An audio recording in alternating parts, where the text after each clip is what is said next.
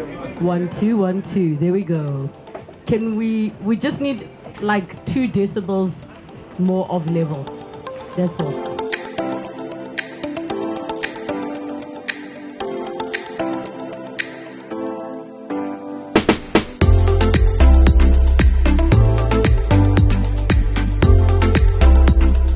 So it's nice to have good news. And just a big, I would say round of applause to Sunil Ganesh and what his group have done. It is not a small feat to raise 10 million rands. It might, some of you are like, it's pocket change. I see you. You're like, 10 million. I spent it last week in Dubai.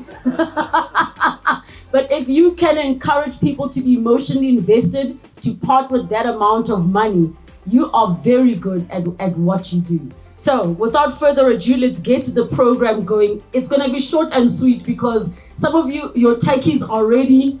You want to get on those courts, you want to experience. I saw others were playing earlier when we arrived, and I was like, where do they practice? Where's the practice court before you're outside where others watch you?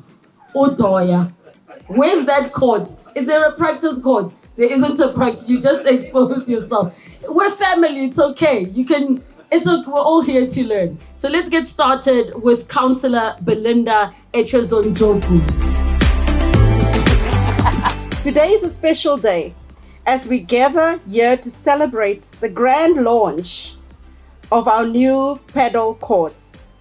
We are thrilled to have all of you here today to share this exciting moment with us.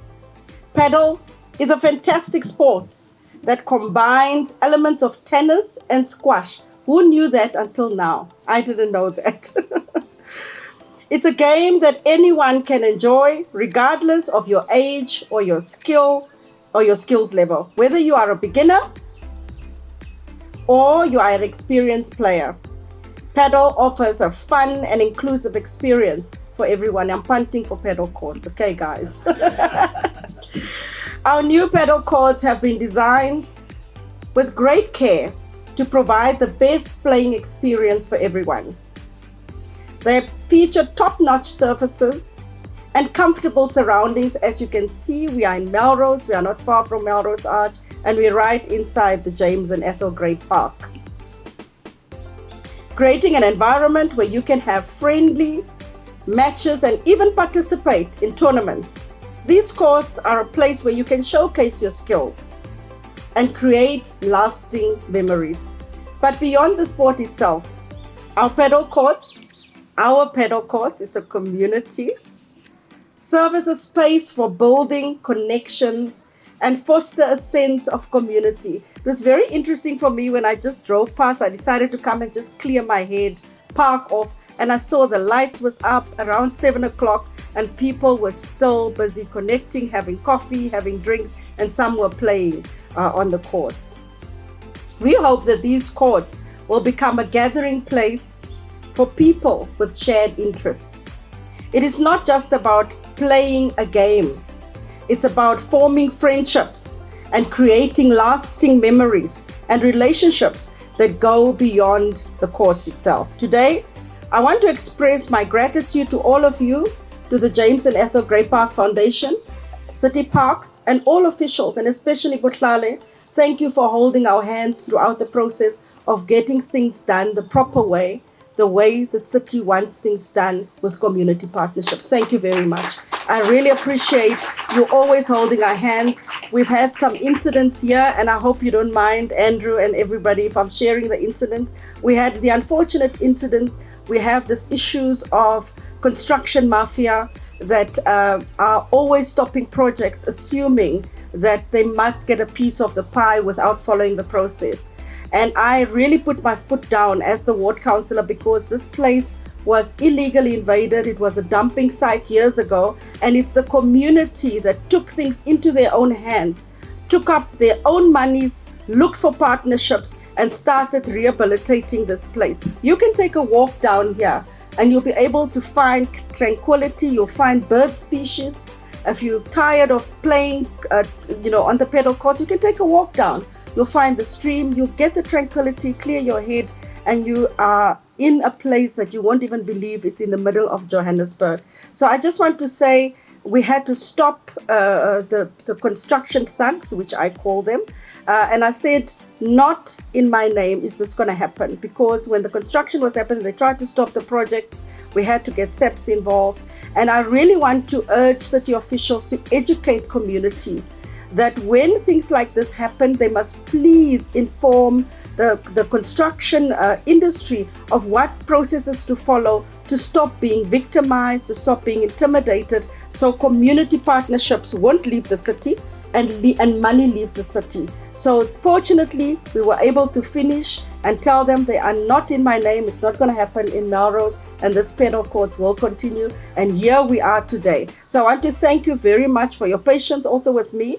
I know that I'm a sharpshooter. I normally are to the point. I tend to rub people up the wrong way, because if something needs to be done properly, it needs to be done properly. And I want to say thank you, City Parks and Botlhale, for really holding our hands to get things done the right way. Thank you so much for being here. And I'm sure you're going to hear a lot more from the MMC and everybody else here today. Thank you so much. You're welcome in Ward 74. So you know you're doing something great if people are now resisting it. That's when you know you're on the right path. And then you need somebody like Councillor who's going to rough people. She's going to come, you know. All right, let us invite now the man. I call him the man of the moment because he forced me to say that. Chairperson of the James and Earl Grey Park Foundation, Mr. Sunil Ganes. It's a great pleasure to stand here in front of you today during this very awesome month of Women's Month. And I know we're at the latter stages of this month, but I want to start there and maybe talk about just that concept. So this park, I think the history is well documented, but let's go into the what we actually did here in this park. We decided to set one KPI, and the KPI was for a woman and a child to walk in this park without any fear within the hours of the open hours of the park, 6 a.m. to 6 p.m. sundown. And everything else that followed during that period was focused in meeting that very one KPI. Now, I'm not attacking government, but I know in government you have a lot of KPIs. We're a small organization, so we just chose one KPI. And I think we kind of like took it bite-sized, and that's where we were.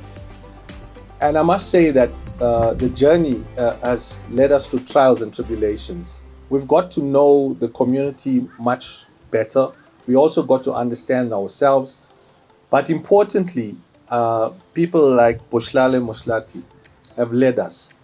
We have engaged in a proper process with the city to establish the adoption agreement and have been guided. I must say that our ward councillor has been vociferous in her support of the initiatives that we've been able to drive in this ward, not only here, but in other parts of the ward as well.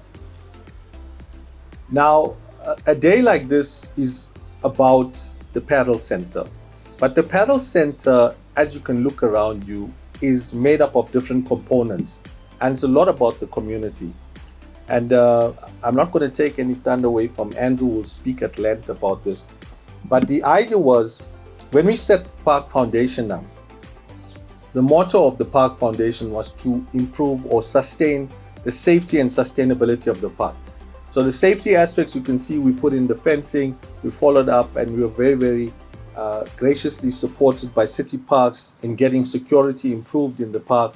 We improved lighting. There was a lot of crown lifting that was done to increase visibility in the park itself and to give residents a sense that they would be safe.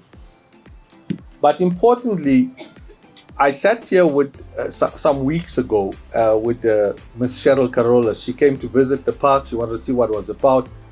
And she said to me, whatever you do in life, make sure that it's able to wash its own face. Now, you can interpret that any way you want to. But the long and short of that is that the sustainability is not about the ecological sustainability.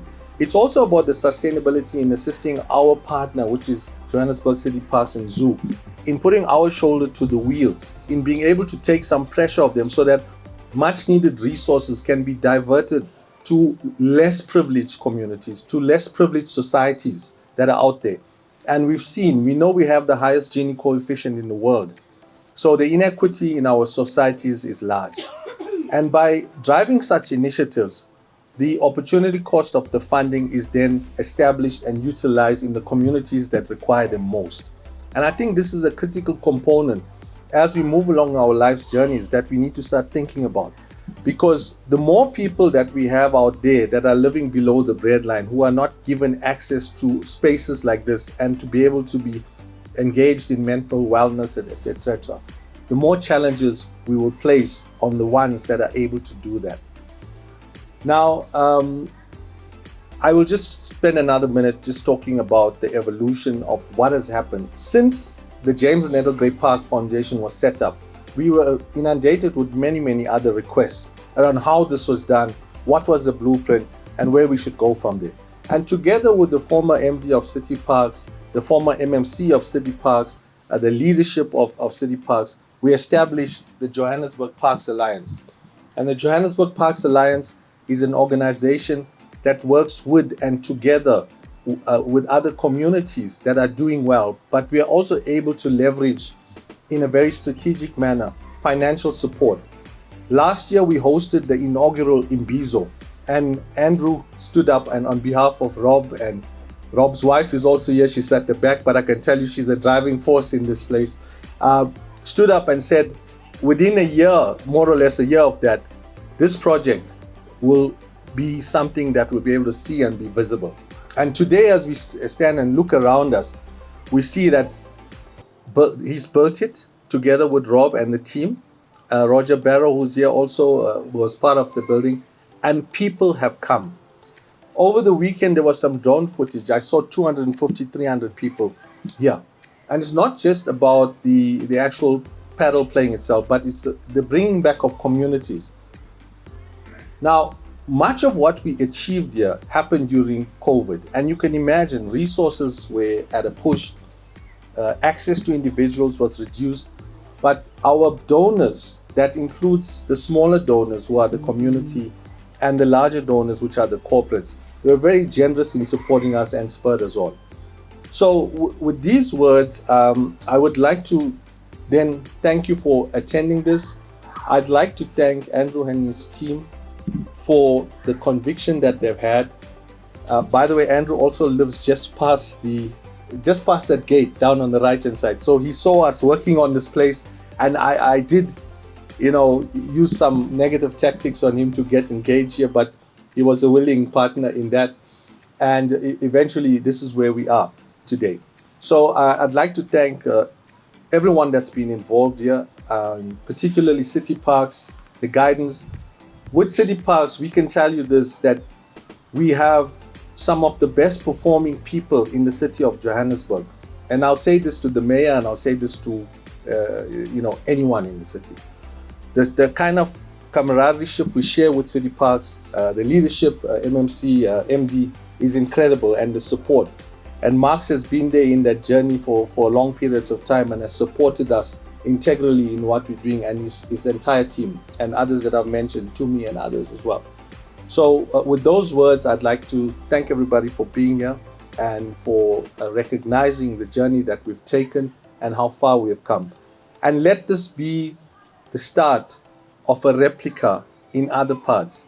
I want to be standing within the next 12 months in our less privileged areas in this city of Johannesburg with similar developments, or developments that make sense for the communities. Not necessarily paddle, it may be soccer, it may be other things, but it must make sense for the LSMs that are there and the communities that are there to truly make South Africa great again. So with those words, I'd like to thank you.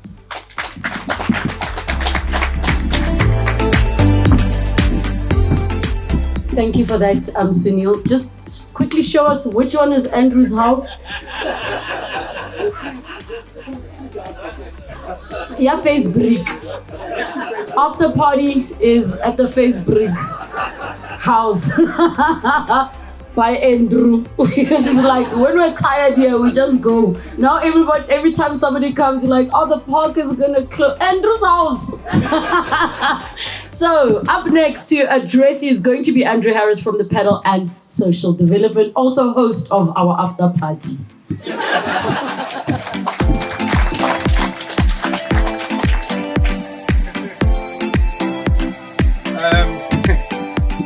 Thank you, everybody.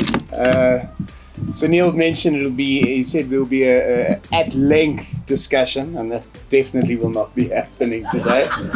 You'll be pleased to know.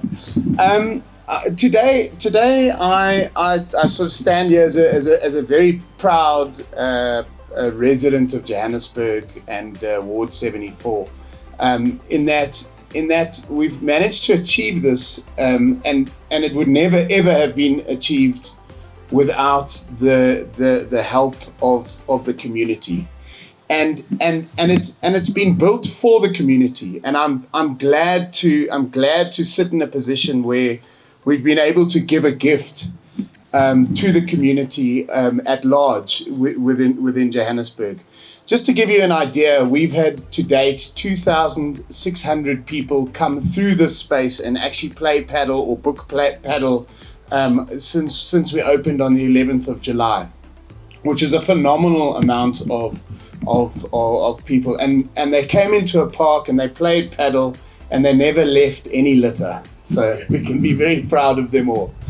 This event, this center was really born out of the idea that, you know, if you're going to try and sustain an environment, being a park within or any environment that's shared amongst the community, we need a sustainable business model in order to make sure that there's consistently revenues being pushed into the park, and we don't necessarily need to rely on the city to do so. So, and that really, with that spark, we've sort of had a look around and said, well, you know, what's new, what's very topical at the moment, and obviously, you know, through that, we discovered this paddle environment, and through our partners, the Paddle Building Company and Barrow Construction, we've managed to build what you see here today. What happens on a monthly basis is a portion of revenue gets put back into the park, so that consistently the people that are wanting to improve it don't have to run around looking for sponsorship, looking for donations, consistently being on the back foot, and we can actually sit down as a community and we can move forward in fixing, maintaining, improving the environment, the much larger environment that you see here. You know, we have a bird sanctuary down the bottom that needs work. We need to rehabilitate the frogs in the area, etc.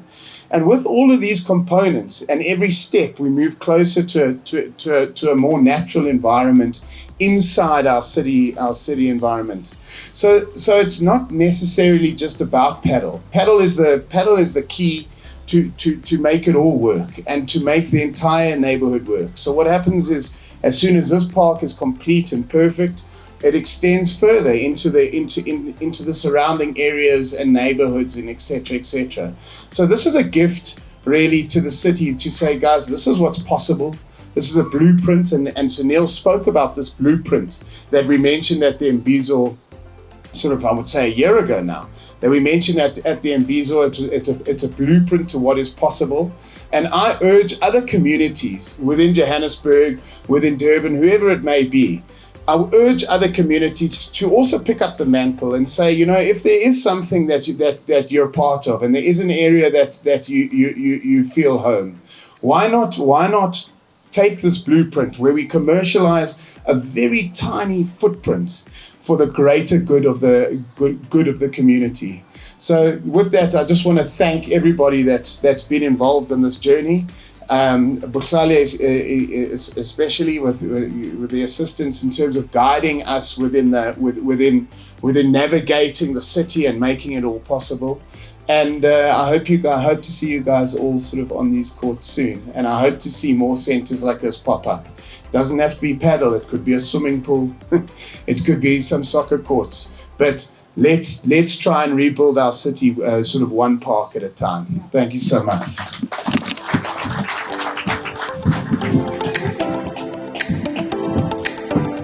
Thank you so much for that, Andrew. We have a keynote. I mispronounced, but I get we are allowed. We are allowed. Going to be giving the keynote address for this morning's MMC Community Development Councillor Lubabalo Magwentu. Today, the city and the residents of Ward 74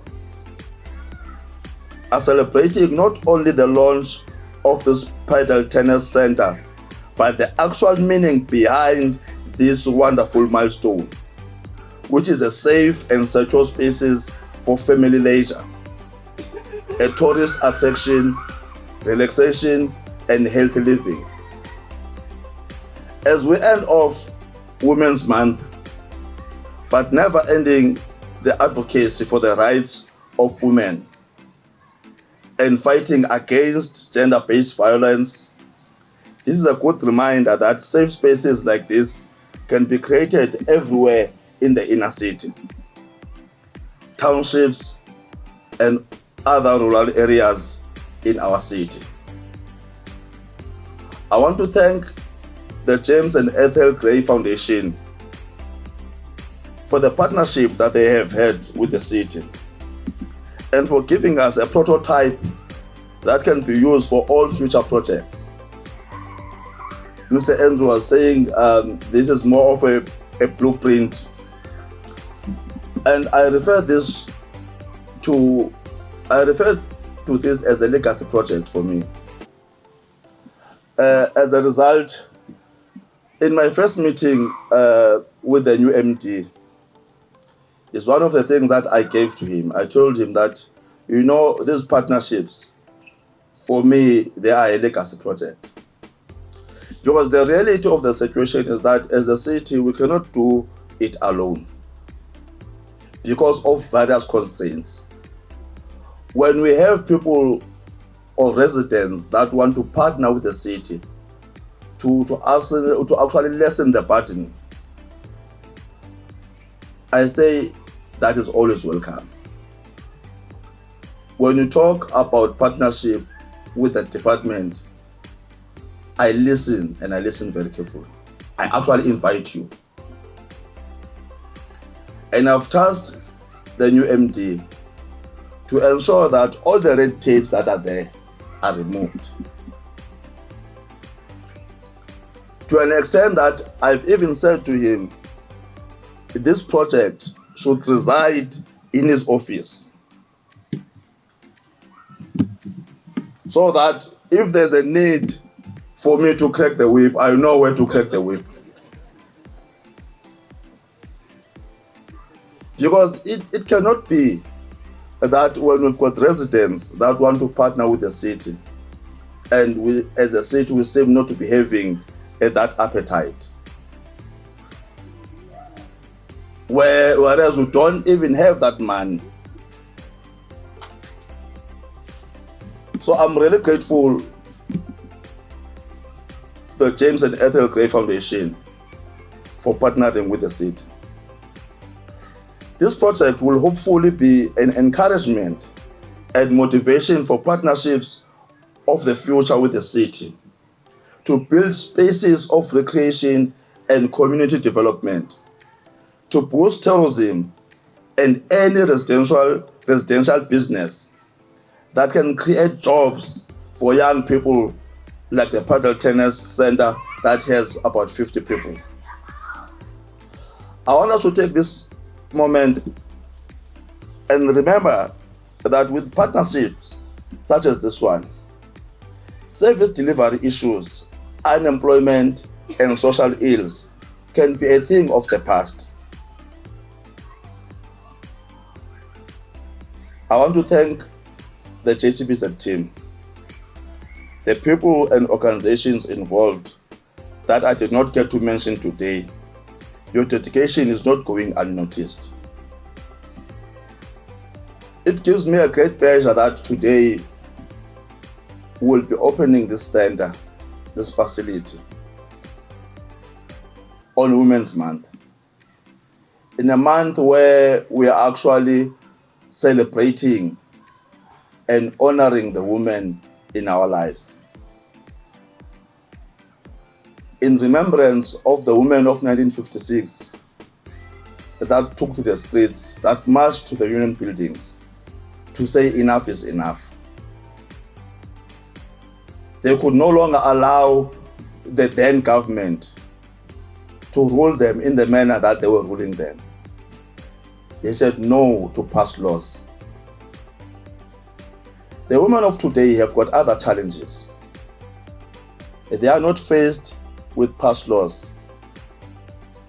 They've got issues, various issues of inequality, gender-based violence, unemployment, and poverty, and many other social ills that are associated with that.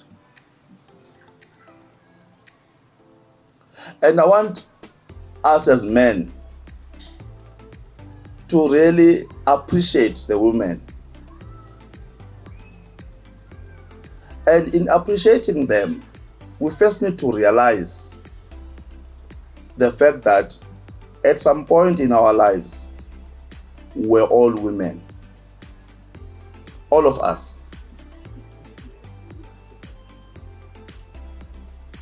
When my mother was pregnant with me, when they said women must go this side, she would go that side, and I would go that side.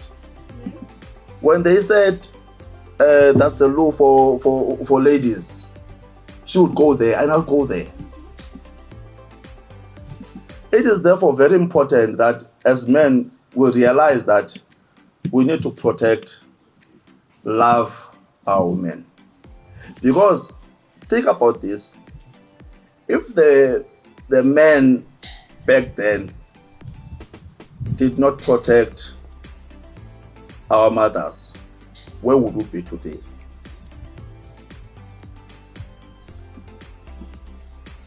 You know, I understand we live in a patriarchal society. Patriarchy has actually entrenched our value system, such that when it's women, it's not important. When it's men, it's important. You go to sport, you go wherever. Even in our country, we've got a president who's a male, but how many women do we have? Patriarchy has actually, you know, I don't even know how to put this. You know, at times, even women themselves, they sometimes don't believe that they can do it. They sometimes don't believe that another woman can do it because they've been brainwashed to think that everything has got to be done by men. And it is up to us as men to stand up and support the women. You know, there's a saying that it takes a thief to catch a thief.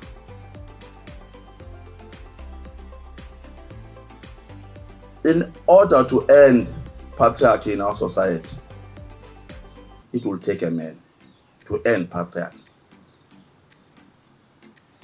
With that said, I want to say to all the women here, we love you and we appreciate you. And never doubt yourselves. Maybe I'm very fortunate because I grew up amongst women. And I know how capable women are. And as a result, honestly speaking, I believe in women more than I believe in men when it comes to leadership.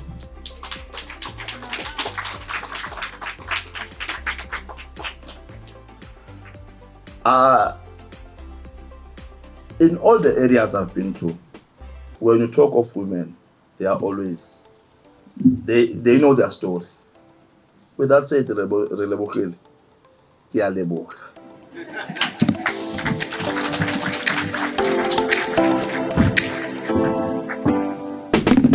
Ra leboga Ntate Magwenju.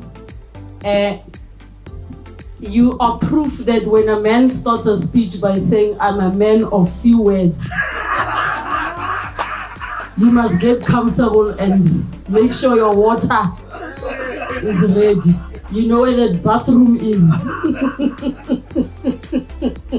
Ladies and gentlemen, allow me to invite Busali to come through so that she can be the one who stands here, take the glory, and actually thank the people that she's worked with this time.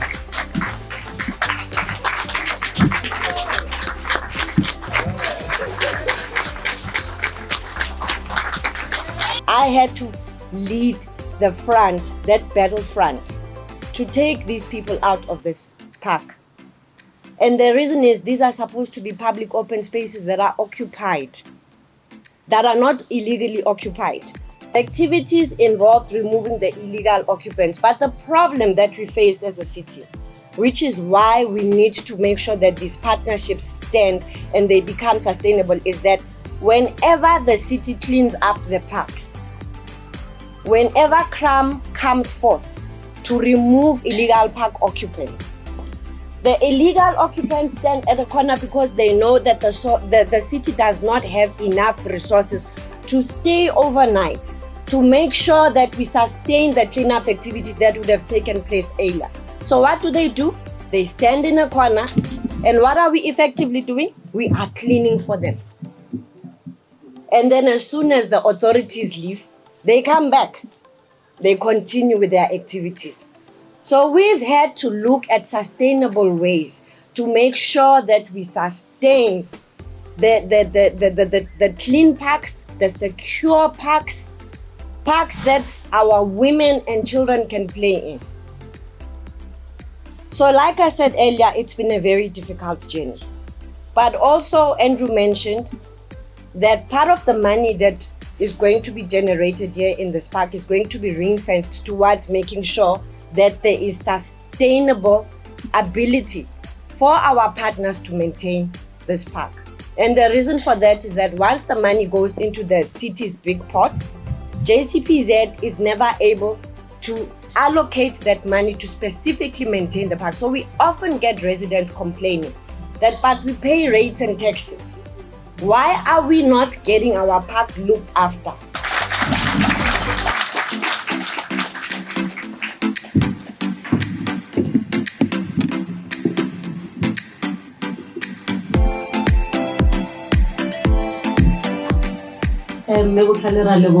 And thank you to your team.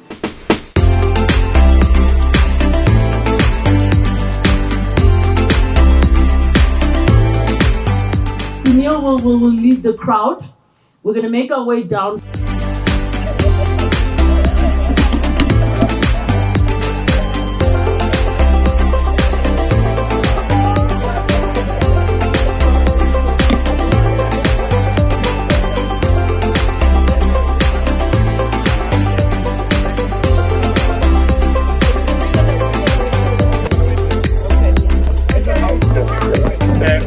And 3, 2, 1. Paddle center is almost. Belinda, don't let us down. Almost. Open!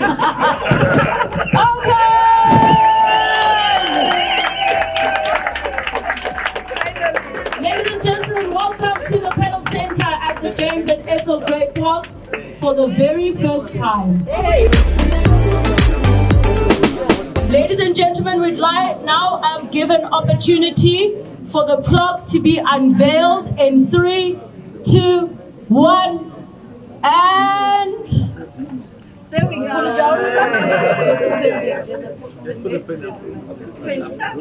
Congratulations, the James and Ethel Great Park Foundation Paddle Center officially opened on the 25th of August 2023 by COJ MMC for Community Development, Mr. Lubabalo Magwenju.